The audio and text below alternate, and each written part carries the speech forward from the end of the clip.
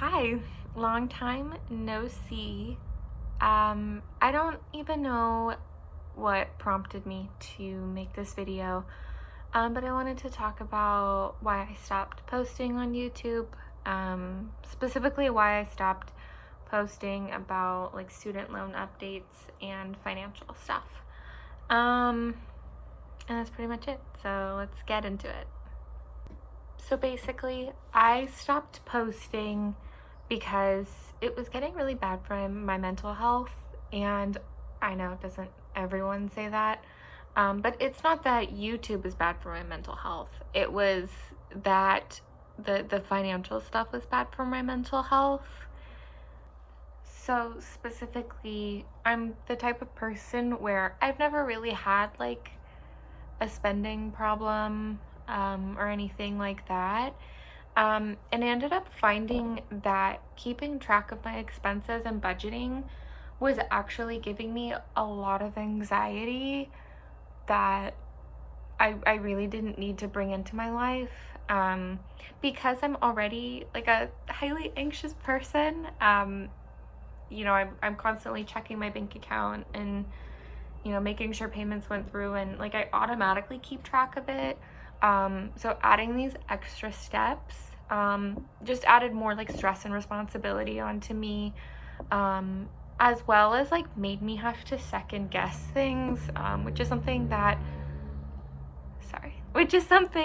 I already struggle with second guessing myself a lot. So it really wasn't good for my mental health.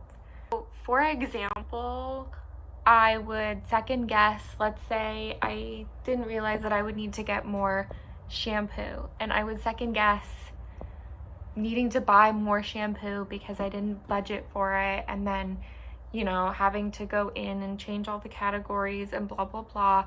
It was just so much extra work, and then I would end up feeling guilty, like I wasn't good enough at planning things out in advance, that I should make products last longer, or forcing myself to like wait until the next month to buy something even if I need it.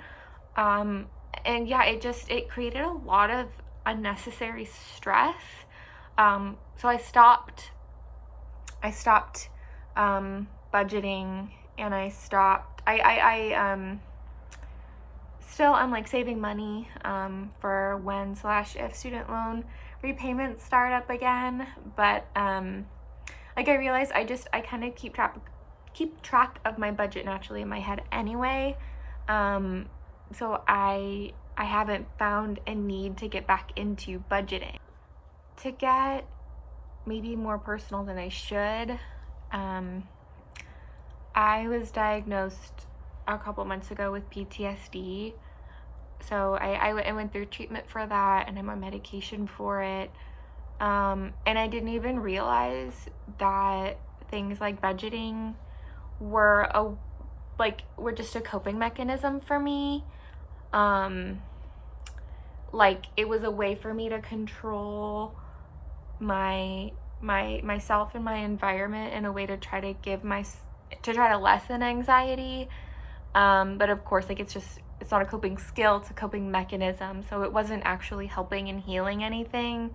And yeah, like long story short, so I was just adding extra stress onto myself. That wasn't good for me with someone with high anxiety and perfectionistic tendencies, and someone that's really, really hard on myself.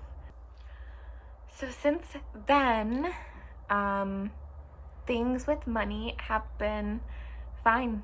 I got a better paying job that I really enjoy. So I've been doing that and still collecting Halloween decor. And it's just felt really freeing to not feel like I'm penny pinching. Even though like before, like yeah, I wanted to put every extra penny towards my student loan payments, but even so, like even if student loan payments started back up, I don't think that I would have the same mentality. Maybe I would, maybe I wouldn't. I won't know till I get there.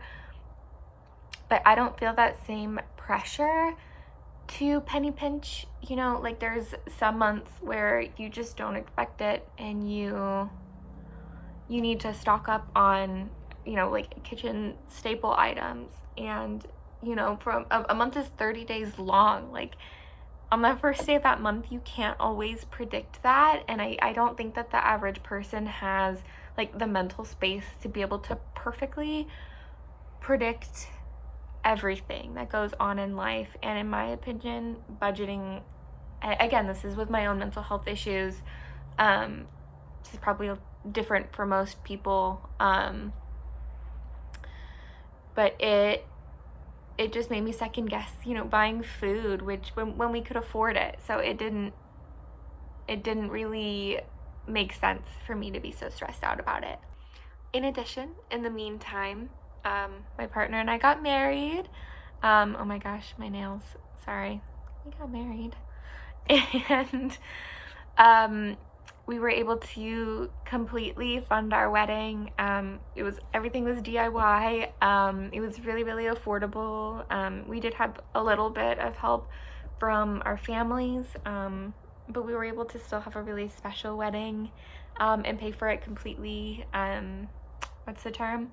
Oh, to cash flow it. You know, we didn't go into debt for our wedding, and we're still able to enjoy our honeymoon. And yeah. So it's very possible, I think, to not have to necessarily keep track of all these numbers like to a specific T, and rather just go into things with just this general,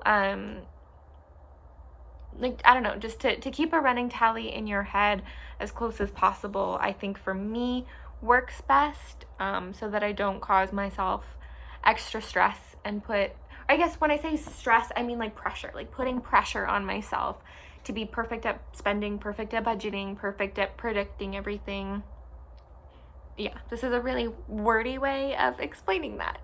Oh, I guess I should also mention, since I stopped making YouTube videos, I got Invisalign, so I'm still in the process of that. That's a little over $5,000. I put $3,000 down, and I'm still, so I'm making the monthly payments. It should be over by next August. So 12 months from now. I've been doing it since April, so it's only been 4 months, and there's already huge improvement. And it felt really good to have the money in my savings and not just put it all towards student loan payments while they're still in deferment because of COVID. It felt really, really good to like do something for myself. That's both like taking care of business and also self-care at the same time, because I'm very big on like prevention and preventative medicine. So being able to prevent dental issues is a really big deal to me because I know how expensive it can get. I saw my parents have dental issues and I don't want to go through that. You know, I feel for them and what they've been through. And yeah, so it's felt really freeing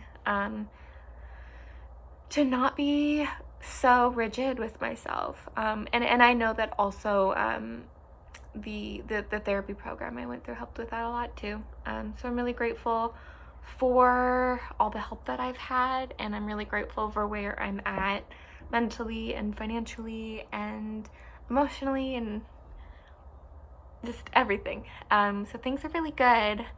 Yeah, I don't know why I felt like giving this update, but I hope that for some people it's informative, I guess.